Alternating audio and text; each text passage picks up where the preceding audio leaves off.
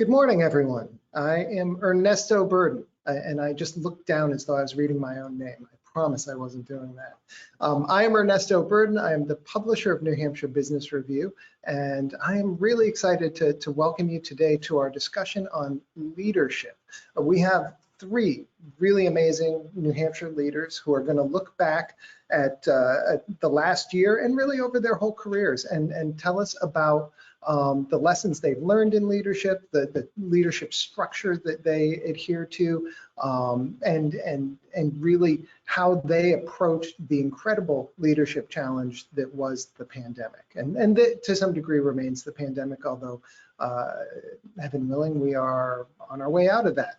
Our speakers today are in this order. We'll hear from each of them, and then we'll have a discussion amongst all three.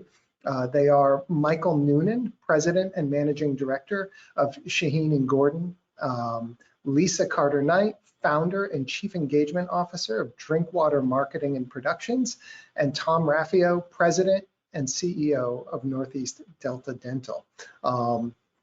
I'll be moderating the discussion afterwards, but that doesn't mean I'm the only one who can ask questions. All of you who are tuned in can type questions into the chat, and I would be glad to ask them on your behalf. So please do take advantage of that.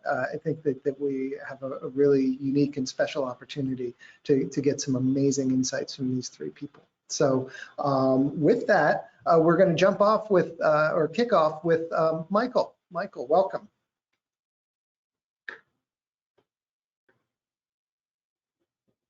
Good morning, everybody. As Ernesto said, thank you for the introduction. Michael Noonan from the Shaheen & Gordon law firm. I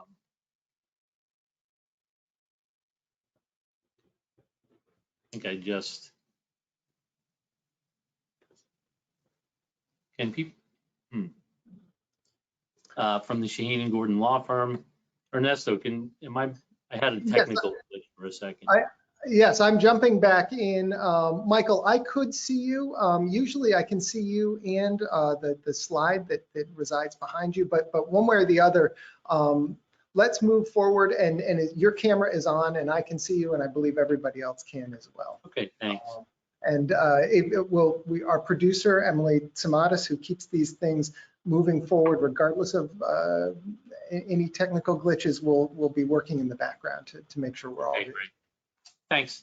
So for whatever reason, and it's probably my technical savvy with all things video and audio, they asked me to speak this morning a little bit about leadership internally and leadership during especially the past year. I'm the managing partner of the law firm Shaheen & Gordon. We have about 85 total employees, and had the interesting experience in mid-March of last year, of going from 3 offices to essentially 85 offices when we sent everybody home and worked remotely, leaving just skeleton crew in each of our 3 offices to get the mail and answer the door as necessary.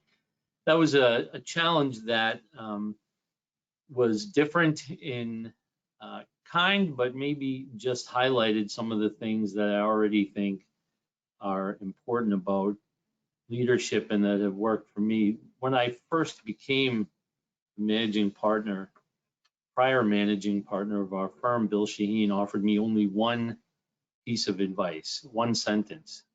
When I asked him, this was 15 years ago, always be as compassionate as you can be, which I've taken to heart in all decision making and communication. The number one thing about being a leader and dealing with leadership internally in an organization, to me, is communication in all of its many forms, which has really been tested during the pandemic, starting right with March 16th of last year, when we had a panicked meeting of the partnership as the state and the world was starting to shut down that week, and people were going remote and closing the doors to their businesses. and there was a lot of discussion about how we would handle it, whether we would be able to keep everybody employed, what we would do. And so right away, the very first communication was to try and calmly assess the situation and keep everybody informed and aware and employed. And we were able to quickly, because we have a fantastic IT guy, move to a remote environment where everybody was able within a day or two to get up and running from their home computers and keep the operation going.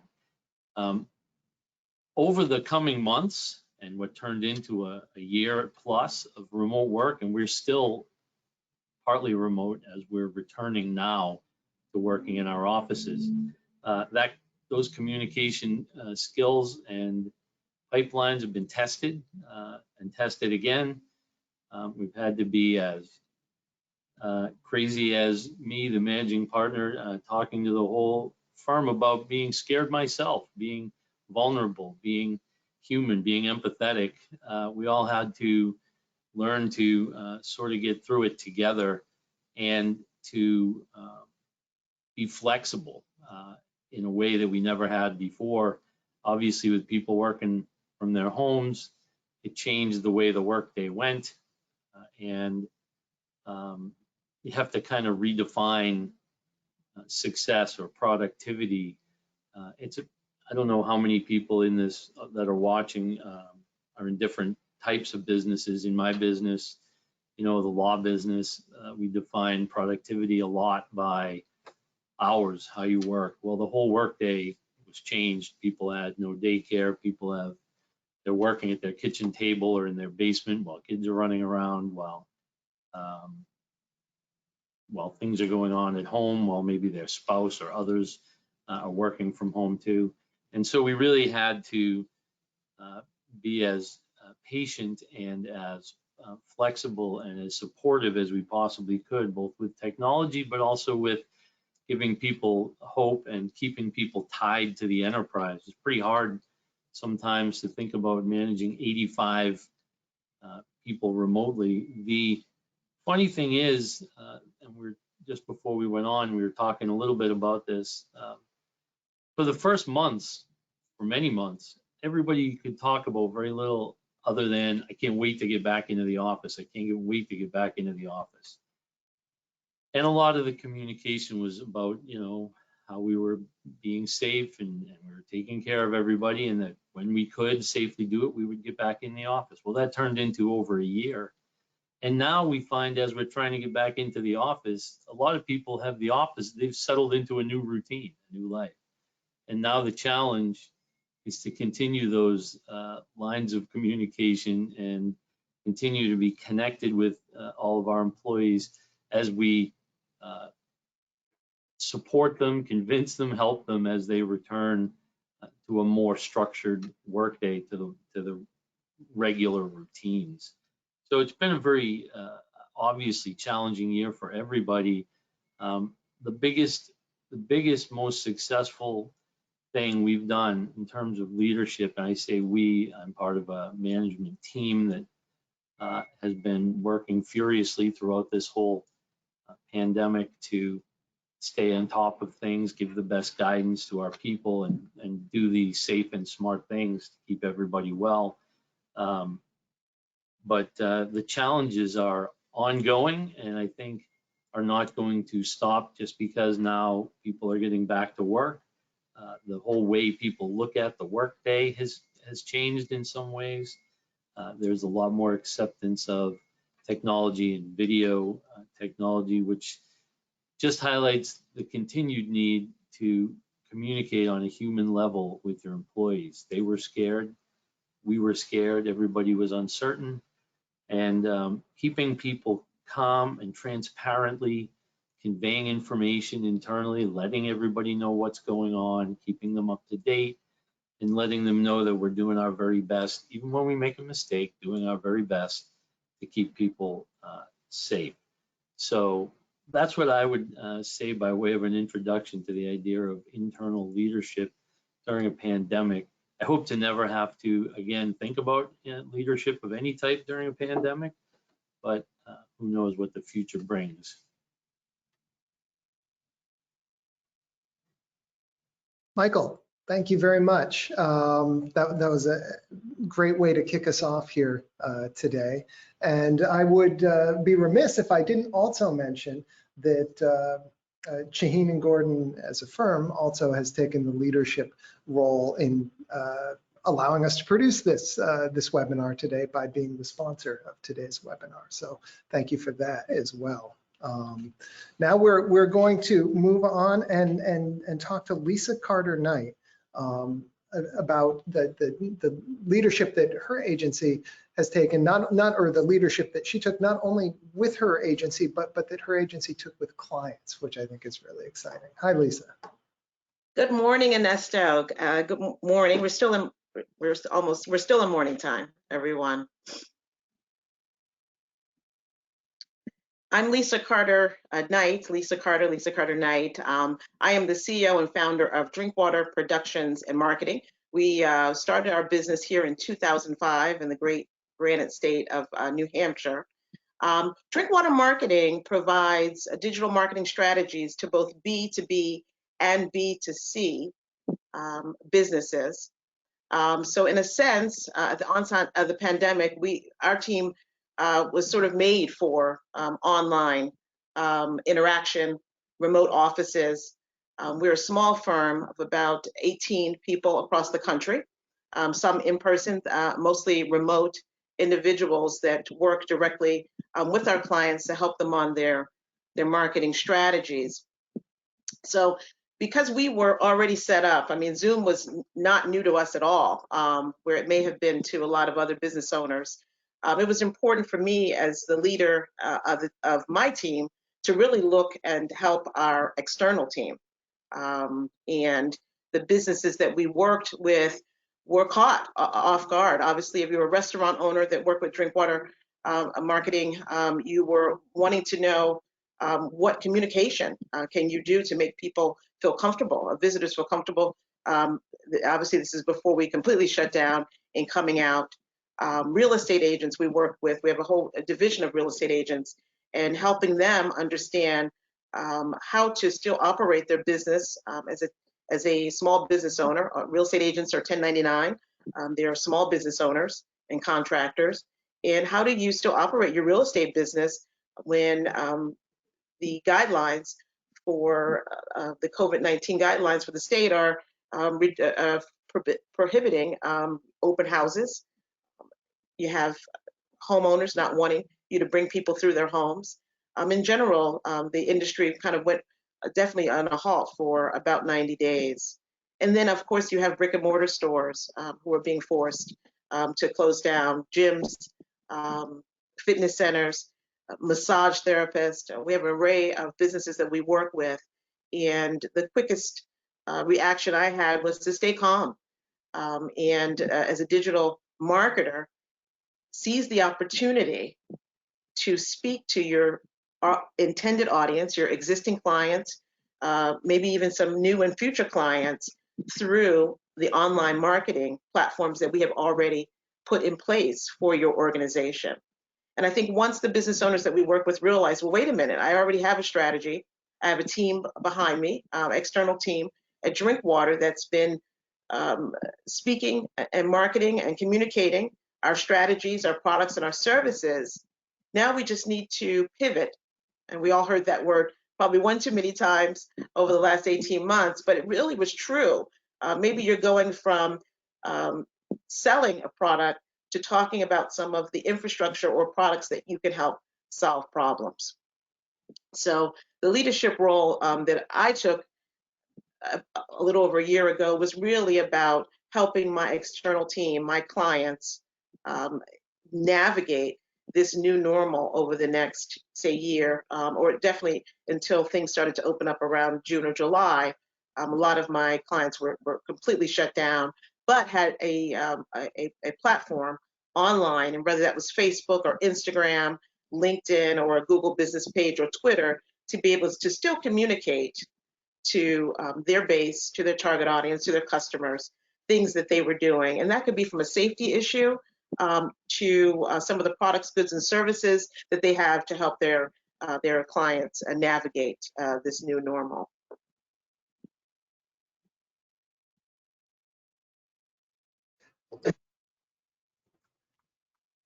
Thank you, Lisa.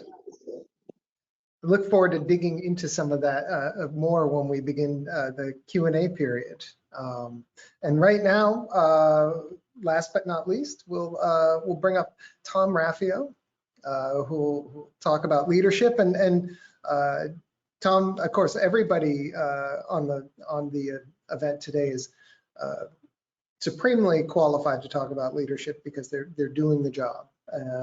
But Tom is also writing a book on the subject. He wrote the book on it. So anyway, Tom, looking forward to hearing what you have to say.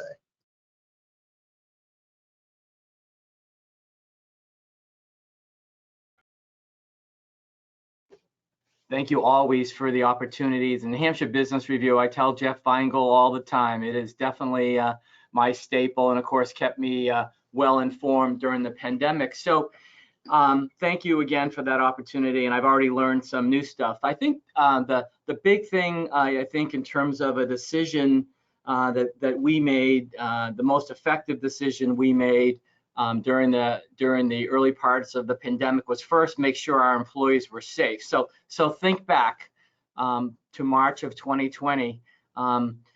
I had literally regular board meetings on March 12th and 13th of 2020, Thursday, Friday, which included dinners, which included social, which included no social distancing in the boardroom. I was starting to think things were changing though, because the day before March 11th, the NBA postponed its season.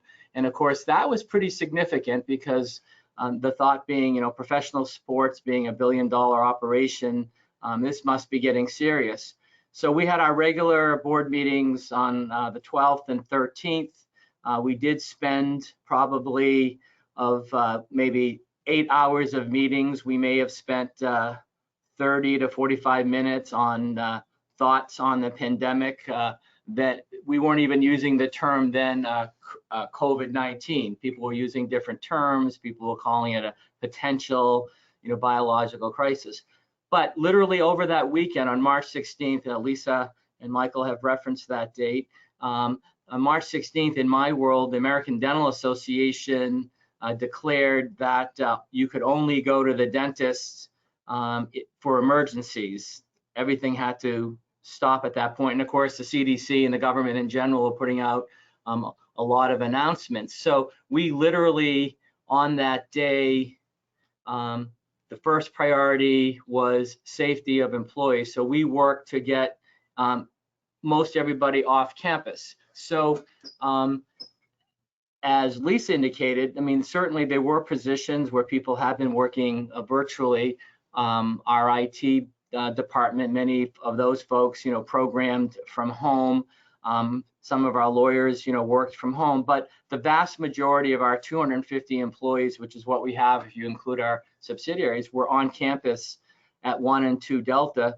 So we had to take the week of March 16th and the week of March 23rd to literally get all of those employees safely home to the extent that we could have them work from home, and that included all of the technology that had to be placed in their homes.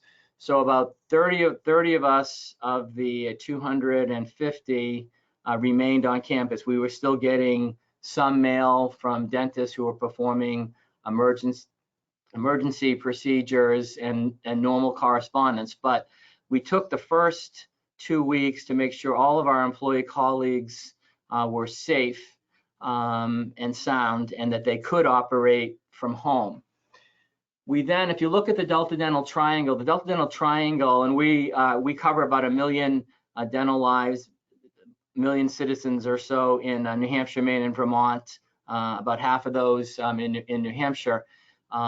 We represent the triangle being those subscribers, we call them, the dentists and the employers who have the coverage of the dental insurance. So then the leadership team, after we knew our employees were safe, and if you think of it, the employees are like in the middle of the Delta Dental Triangle, making things happen with our board of directors. So the next thing we did, we said, okay, what can we do for our industry? Well, dentists not being able to see patients needed money to continue on. They needed PPE. So the next thing we did was provided grants, out and out grants to our participating dentists, 1,900 dentists in New Hampshire, Maine, and Vermont, so they could stay afloat until they could start seeing patients again. Then we thought this through and said, okay, well, if the dental offices eventually open, which they did in New Hampshire on May 11th, May 18th in Maine, and right after Memorial Day, May 26th in Vermont, but if the employers who have the dental coverage weren't operating effectively, the people couldn't go to the dentist. So the next thing we did is we worked with our regulators to provide premium relief for our employers. So many of you in the audience today probably did not have to pay Delta Dental premium for the month of July, and that was really to make sure that employers wouldn't drop the dental benefit, because of course they were in the process of furloughing people. And as Lisa said, many industries like the restaurant industry overnight, going from 500 employees to 10. We weren't in that situation, but we knew our customers were in that situation. So we wanted to give them premium relief. Then we wanted to make sure the patients, the subscribers that go to the dentist, knew that it was safe to go back to the dentist. So we had a very rigorous amount of communication. Michael mentioned this, but communication is the key throughout. So we over and over communicated with all 1 million of our retail customers, in effect, that it was safe to go back to the dentist. This again was mid-May and June, and I did a number of op-eds. We had videos. If you go on our website, you can see the residual of some of the videos and all of the communications that I did to make sure that the citizens who have dental insurance knew it was safe to go back to the dentist. Meanwhile, Michael made this point, making sure that employee colleagues of Delta Dental, that they knew that there was hope, that we had to provide empathy. Literally every day, and the number, I've numbered them, I'm on number literally 336, but every day since March 16th, I've written a fairly lengthy email to employee colleagues, so they knew exactly where the company was, what our plans were. And also the empathy part of the fact that I knew that working from home was a new experience for most people, and that there would be distractions at that point. As you all know, I mean, a lot of schools, most schools, if not all, the children were at home, and I just acknowledged that there would be distractions. And so I kind of modeled that behavior.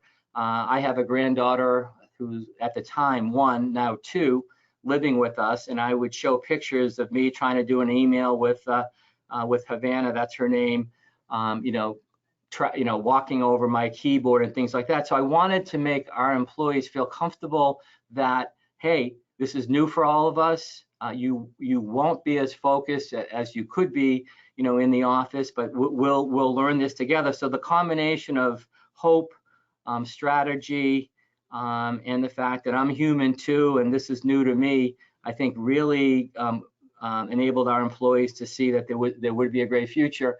We had to, of course, because there were 2 months where nobody was going to the dentist, we did have to furlough employees because there were literally no claims to pay, no phones calls to answer.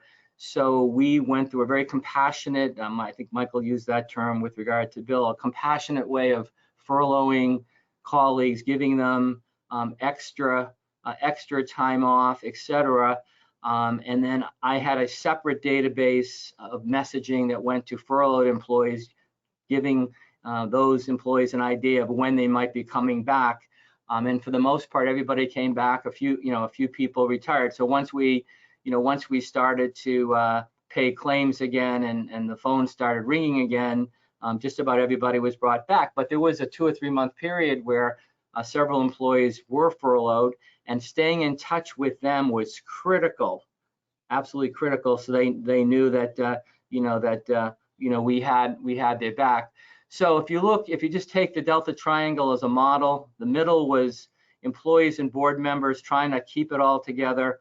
First, making sure our dentists would be whole, and that included, by the way, they couldn't get a hold of PPE, personal protection equipment. So we used our buying power to buy N95 masks, KN95 masks, and we literally physically distributed it to all 1,900 dentists, including to their homes, because many of them weren't in their offices. We had board member volunteers and employee volunteers dropping off PPE. Again, making sure our employers knew that that they were going to get premium relief, and finally educating patients that it was safe to go back to the dentist. That relief package was about $27 million. We're highly regulated, so that was easier said than done. You would think giving away money is easy. It's not. All of that had to be first approved by our board of directors and also the Department of Insurance regulators. So we were having literally, daily, weekly, sometimes twice a day, first teleconferences, and then once everybody got comfortable with WebEx and Zoom's meetings, so that we could get the necessary approvals and then get the approval from the Department of Insurance. And so it all came back together. There are little funny things that happen, which is we actually, and I'm certainly not saying we ever planned for COVID-19, but we actually had a pandemic planning committee. So we had planned for someday there being a pandemic. So one of the things in the report was we needed to have masks. So we bought tons of masks and we had them stored. A few days before March 23rd, I'm on the Dartmouth-Hitchcock board, and so I was aware that at the time the Dartmouth-Hitchcock system was short of masks. So we gave away all of our masks to, appropriately so, to a hospital that needed them more than us. Of course, a few days later, in order for us to go back to the office, we needed masks. So we had planned for it, but the best laid plans of mice and men. So we were actually short masks. We ultimately retained it. The other thing we were aware of is we were going to need a phone system so people could take phone calls from home. Obviously, anybody can make a phone call from home, but in our business, the calls have to be distributed, and we need statistics for our customers. So we had a fabulous new phone system planned in case there would be a pandemic, and so we had it in the budget for 2020, but it wasn't going to be installed until October of 2020. So for the first several months of the pandemic, our customer service call center folks needed to come into the office to take the calls. They couldn't do it from home. And of course, they actually to some extent loved it because they had the run of the mill of the whole place, because most everybody else was working from home. So they were like taking calls from like the marketing VP's office and all these other offices, and they loved it. But eventually we got the phone system in, and now they're all working from home, most of them, and more productive than ever. Our average speed of answer is less than 10%. And those of you that have tried to call your local bank or credit card company during the pandemic know that if you get a human being in 8 seconds, that's pretty outstanding. But that related again to 3 final points that I'll make, which is you have to build a strong foundation before the crisis. So we knew what we needed to do to deal with the pandemic should it occur. You have to stay true to your mission, which is in our case spreading safe and affordable dental care. So we knew it was our obligation to make sure that our dentists could be up and running, our hygienists, and that employers could afford the dental coverage, and stay true to those values. So we had built our reserves up so we could, with the appropriate approvals from the regulators, give back $27 million, but that wouldn't have happened without building up those reserves over 20 years through quality criteria such as the Baldrige Performance Excellence Program. And then as we emerge from this, to really be careful and be open to the muscle strength that's been developed during the pandemic. So we used to have to do a lot of on-site meetings to get people to sign up for different benefits, and the pandemic accelerated the digital engagement that we now do, so much so that some of the ways we're doing business, we're going to keep that muscle strength, that we've learned during the pandemic and keep it going. There's a great book by Scott Galloway called Post-Corona: From Crisis to Opportunity, and it really, and I'm a big believer in what he has to say, which is basically the pandemic was, and Michael alluded to this, was more of an accelerant to some of the trends that were already happening, whether it was online learning or whatever. And it's the same for our business, but taking what worked, but returning to other things where we need to go back to occasionally in-person meetings and things like that. So finding that balance and being careful with it. I tell this other funny story. When I first started doing those daily emails, which I said are numbering 336, everybody I can't wait to get back to campus. I can't wait to get back to campus. Now, as we're emerging, all the emails I get in response are, I love working from home. I've lost 30 pounds. My marriage is better. Instead of running around getting dressed, I'm walking, etc. Can I please stay working from home? And so we are going to leave that up to the employee colleague. If they want to come in, they can.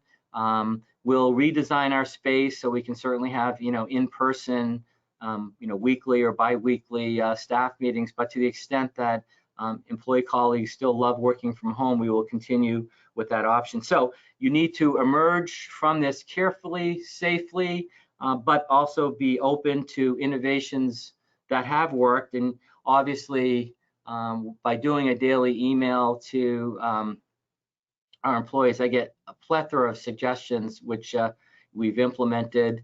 And it's just great that in New Hampshire, you can make an impact like this and listen to your constituencies. For example, our broker community, when we did the premium relief, brokers get commissions based on premium.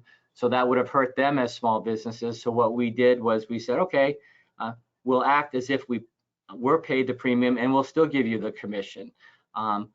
Employees of employers who were furloughed were on COBRA. They needed premium relief. So we have a subsidiary that did all the COBRA stuff. So just understanding all of your external stakeholders, starting with your employees to make sure that they're safe, those colleagues are safe, and then planning and setting a strong foundation. So the next time this happens, you can go right in and be ready. And then, like I said, emerge carefully and take advantage of the innovations that have worked. So thank you. You can see I get energized by this. So, thank you. Oh, thank you, Tom. And if we could have everybody else turn their cameras on too, we'll jump into the Q&A part. Tom, that was a great overview of what you guys did to keep things running there at Delta Dental. And I think in some ways, all of your presentations had something in common, which was you talked about what you did. And I'm curious now to get a little bit into how you do those things. And maybe get a little personal here. So the way I figure we can do this is I'm going to throw out a question, and if nobody takes it, I'll call on someone. But also feel free to jump in and comment on each other's answers too, because I really do see this as a discussion that we're having. So just to begin, one of the things that I think was a through line in each one of your stories was that you talked about exposing your humanity, your humility, talking to people on a human level, and maybe not being afraid to let people know when you were afraid. And so what does that mean to you? Like, how do you show that you don't know things? How do you convey that, or how do you convey your fear or your anxieties without creating more fear? Like, I think that's always an interesting style question, because I think it's really important. So, Lisa, you're nodding. You want to jump in? Sure. I think we're at a time, from a communication level, I think we're at a time now where people want to do business with those they trust. And it's hard to trust someone if you don't believe that they, first of all, that you can connect with them, or that they understand what you do and what your problems are, right? And so I always operate from the premise that the best brands, and each of us on this Zoom meeting has a brand that's a personal one as well as a professional brand. The best brands solve problems. So I have been a project manager for some big brands, Timberland footwear in New Hampshire, Victoria's Secret and limited brands. And we always operate from the premise that if you can solve my problem, or if I can connect with you, that you have something that solves a problem, then I can learn to trust you. So I think that exposing, I love Tom's story about, and we also, a lot of those on Facebook where the mom or dad is trying to work and the kid is underneath the table. I was reminiscent of the JFK image, right, where he's in the Oval Office and little John is underneath the desk. So if you can share some of those unique experiences that I can connect with, you have a better chance of me trust and making me a loyal customer. So I think that that's important for all of us to show the human side of what we do and who we are. We're all mothers and fathers and sons and daughters, and it really helps you connect with your intended audience. Yeah, there's so speaking more internally, if the audience is the people that work with you, connecting as a human being, we all went through this pandemic together, right? And they need to feel confident that you know the answers ultimately and things are gonna be okay, but you're not believable if you don't acknowledge that this is a very strange time and that you're struggling too. And some of the ways you just say that, I had a really tough day today. I didn't do 336 emails like Tom. I wish I did. Probably, half that many, a few a week. And they could be on all kinds of different things, but always with the same theme, roughly. Hey, I know things are tough. We're here. We're here for you. It's tough for us too. Here's our plan, and it's going to be okay. And in addition to that, I would send out, and other people, we work together to come up with different ways to engage people.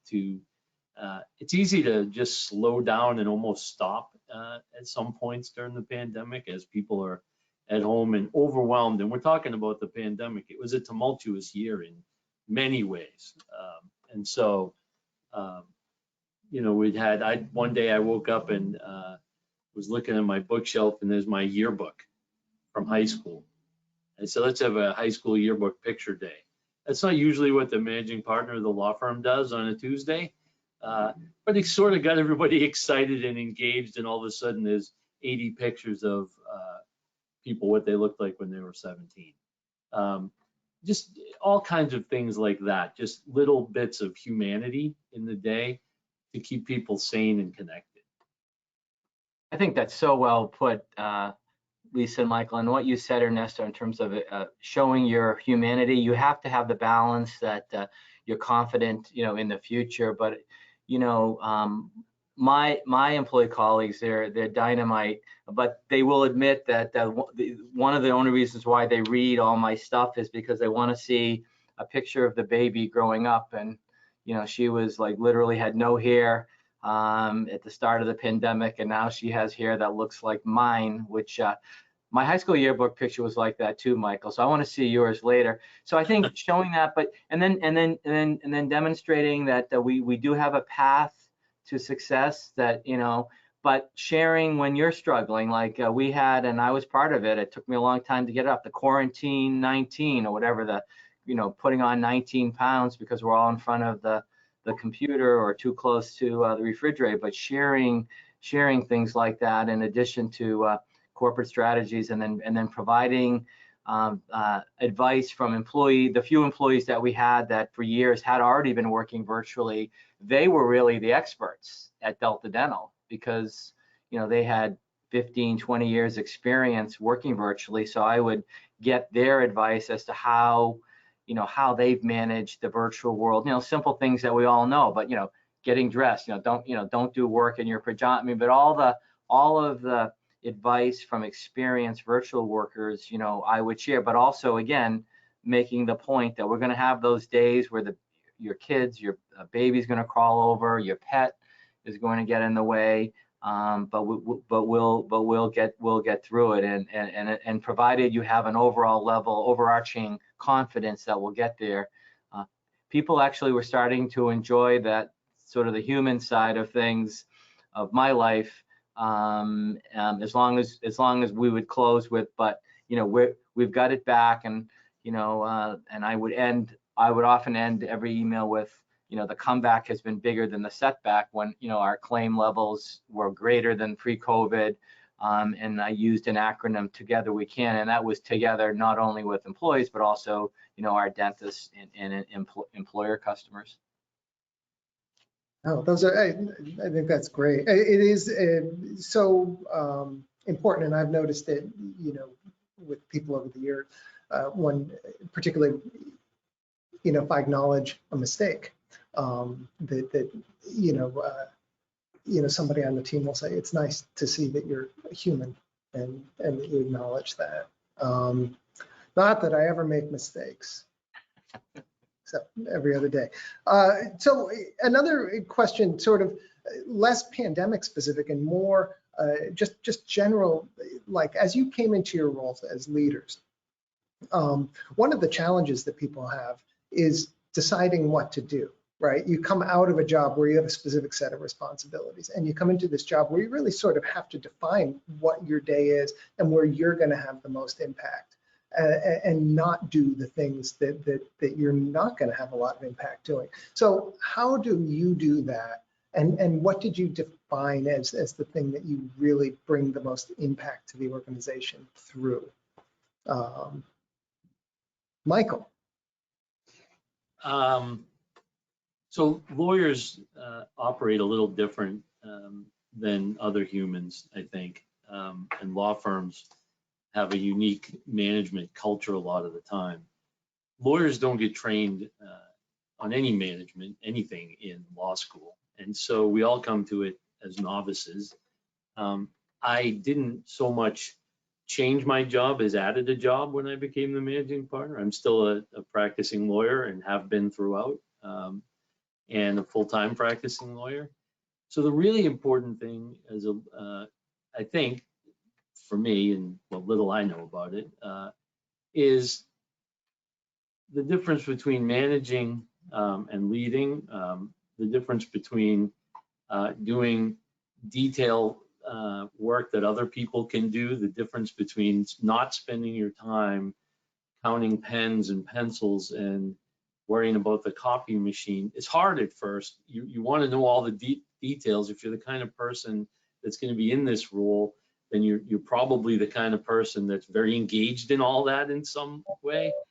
You have to disengage from all that. Leadership is more strategic, more top level, more communicating with people, and you have to find the time to move the ship forward with your communication. Other people can order the pens, right? And that was the hardest part for me in adjusting to how I spend my day, because at first I spent far too much of it ordering the pens, so to speak. I think that's something that probably a lot of people can relate to. Lisa.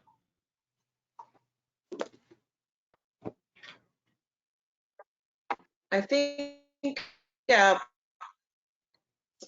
leader, I'm not sure who had mentioned this to me, but how big do you want the organization to be? And of course, I immediately said, I want it big, and he said, well, you have to pull yourself out, because you could potentially be the biggest hindrance to your growth. Understanding what you do best and what your skill set, and hiring people better than you to do the rest. What was was some advice that I received a while when I first started this business, and I thought that makes sense. I don't want to get in the way. So the ordering the pencils, Michael, is a great example of someone, particularly small business, right, where you're wearing many hats, and you really be in the bushes and the weeds on a lot of day-to-day that does not necessarily propel growth for your organization. And being in the way is I guess, one of the biggest mistakes you can make as a small business owner. And if you're trying to grow, then truly and I use this term a lot with my clients, you know, are you working on your business, or are you in your business, right? That's very elementary. And if you can think about what you do every day, ordering pencils would be working in your business. Yeah, Well, very true. I was going to say that great advice from Lisa and Michael. And I would only add that in my growing up as a young manager, like I took the best attributes of leaders that I loved working for, you know, getting handwritten notes, understanding, you know, what their, you know, the passion of the employees. And so I've kind of everything that Michael and Lisa said, totally agree. I have an expression here, which is a company of 250 employees where we are perfectly sized because we have enough resources and we're nimble enough, but there's not a lot of excess, if any. So every single position is important, just different. So my role is to make sure that employee colleagues get the necessary resources from our board of directors. So I need to be really cool and calm in the boardroom. I could never do what our technology people do or the frontline customer service. So I always kind of stress that every job is every position is equally important, just different, and love your job because you're going to be doing this for a long time. So some of the things that you know, I've learned from my mentors over the years, including a man who we recognized just Tuesday, Dr. Silvio Dupuy, is, you know, the handwritten note, the getting out in the community, but connecting the dots for people. People do want to know the big picture. It is true, Michael and Lisa, you want to stay out of the detail. Of course, sometimes details do present the big picture, and one of the things that I like to do is kind of explain the vision of the corporation. And the biggest compliment, you know, I get is that I'm the same person in the mailroom as that I'm in the boardroom. I might describe a project a little differently, but essentially, you know, being an authentic, purpose-driven leader is what what I have found to be really the key. In addition to the great points that both Lisa and Michael made. It seems as though the through line there is communication, that you're communicating that vision down the line. And I love the example of the personal handwritten notes. It reminds me in some way, I didn't actually look to see if he's on the call, but the president of Yankee Publishing, which is the owner of McLean Communications. So my boss, Jamie Trowbridge, one of the things that I noticed when I started here about a year and a half ago, just before the pandemic, is that he calls everybody on their anniversary date, which I just think, you know, is a really lovely thing to do. And you know, it's this direct connection, you know, among the many other things that he has to do, that he carves out that time to really make that personal connection with people. If he is on the call, hopefully that scored me points and wasn't just embarrassing. Not points. I'll do that. Jamie's on the New Hampshire Business Community for the Arts Board, and he's a lot like that. So I'll vouch for you, Ernesto. One of the things that that I think, in order to have that big vision that you're able to communicate out, you have to keep learning, and that seems to be a common thread in leadership. And so I'm curious, from each one of you, how do you keep learning? Is it books? Is it podcasts? Do you watch YouTube videos? Go to meetings with peers? What are your learning strategies, and what are you learning right now? Yes. All of the above, right? Yes. Well, I know for myself, I read a lot of blogs. I'm a trend enthusiast, so I'm looking at trends right now for the post-pandemic economy. I love to read where things are going, what behavior, and so to Tom's point, we will maintain, although there's a lot of PTSD from this pandemic, we will maintain a lot of the behavior. I know right now, meeting in person, meeting in Zoom, I have a preference a lot of times, depending on where the client is located. As a team, internal team, we love meeting in person, but we have just as much productivity on Zoom. So it's going to be very interesting to see some of the trends. But I think in terms of leadership, the handwritten notes, the emails from Tom, those are huge factors right now in retention and recruiting as a leader. So keep doing those wonderful things, Mike and Tom, because those are the things that we're hearing about, the Great Resignation.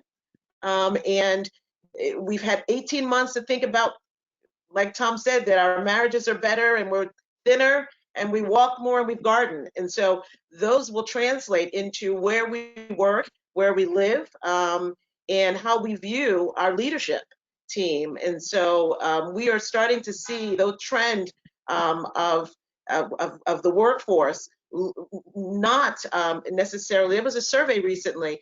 We will pay you $30,000 to $40,000 to come back to the office. 70% of those employees said no, thank you.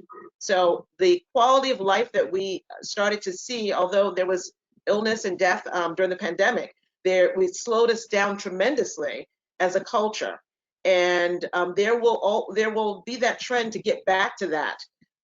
3 hours of your life you gained back during the pandemic because you didn't commute to work or a meeting.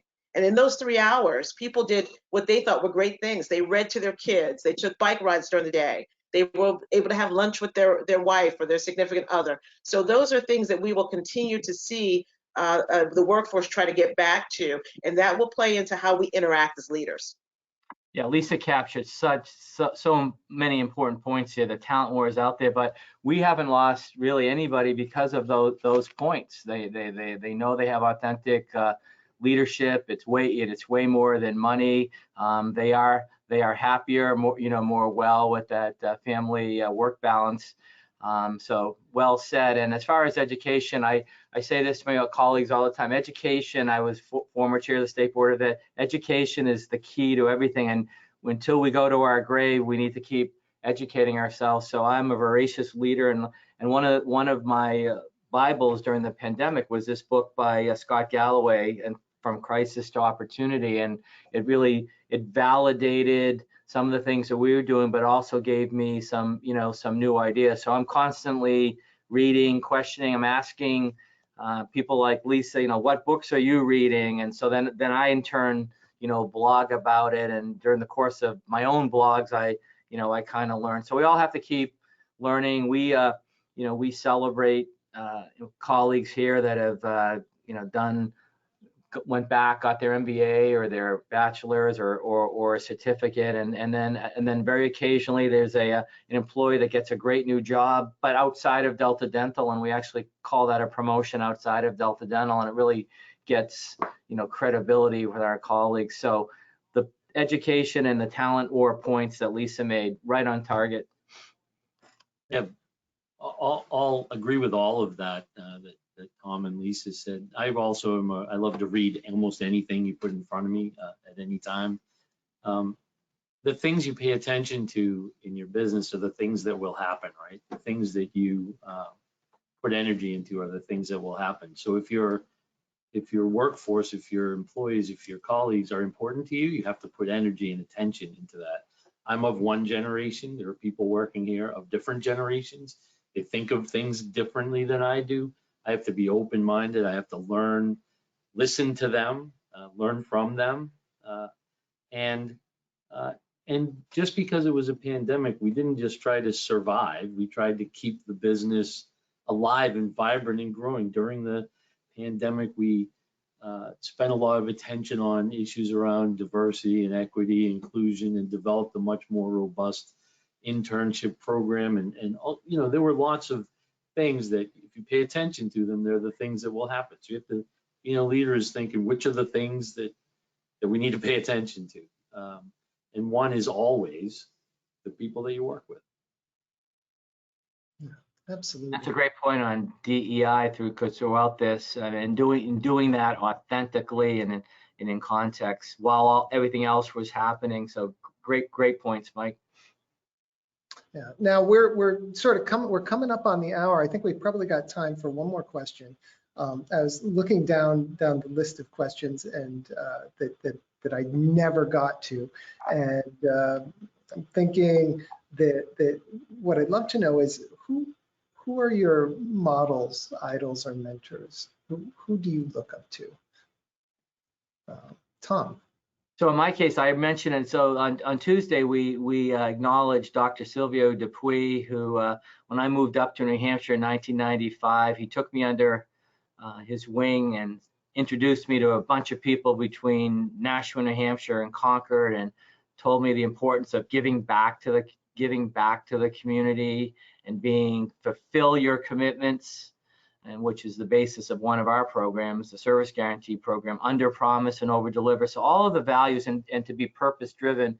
So he was my professional mentor, and we were so glad we were able to present him with the Community Excellence Award, and the award is named after him. And then on the personal front, I have 4 sisters that really have taught me how to be, inclusive and sort of the collegial way to manage. So, and they're still alive. And Lisa, you'll be happy to note that I actually see them more now with Zoom. So that's an example of some of the things that you'll keep, right?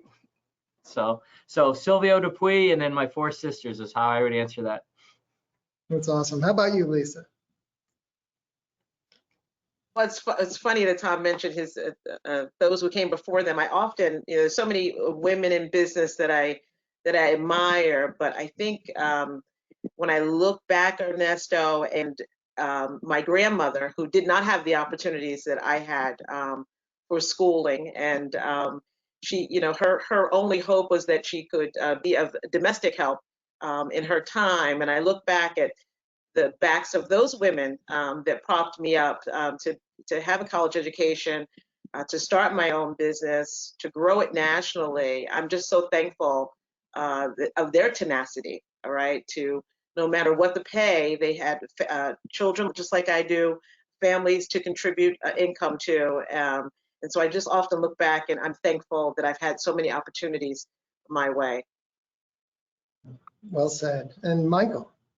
Yeah, so I'd be, Bill and I don't always agree on every management question, but he has been an important, Bill Shaheen, an important mentor to me, the founder of this law firm, in terms of 2 things, primarily his focus on hard and good work and providing value, and his focus on people, whether it's the clients, the lawyers, the staff, everybody. He's just the most empathetic person to emulate that you could find. And secondly, but a step above Bill Shaheen, and importantly, is my mother, who raised 5 kids as a single mom and never looked desperate or like things were as bad as they were, and who always kept a calm head, and who taught me this one thing that I repeat to everybody when people get caught up in a debate about nothing. Always so important to be right, or do you want to get something done, Michael? That encapsulates 95% of my entire thought process on most days. So no, I don't need to always be right. I do want to get something done. Michael, I'm going to steal that as well as a few things that Lisa said. And this has been awesome, Ernesto. Thank you for doing it. And again, people, tenacity, and innovation. You got to love it. Thanks. Yeah, absolutely. I learned a tremendous amount. I appreciate you all. Thank you so much for your time and your wisdom. Thank you, Shaheen and Gordon, for sponsoring today's webinar. Thank you to the audience who came out, and the recording will also be available later if you want to share that. And again, thank you. Have a wonderful day. Thank you. Thank you. Thank you. Bye-bye, guys. Bye, Ernesto. Bye, Tom, Michael. See you. Bye-bye. Bye-bye.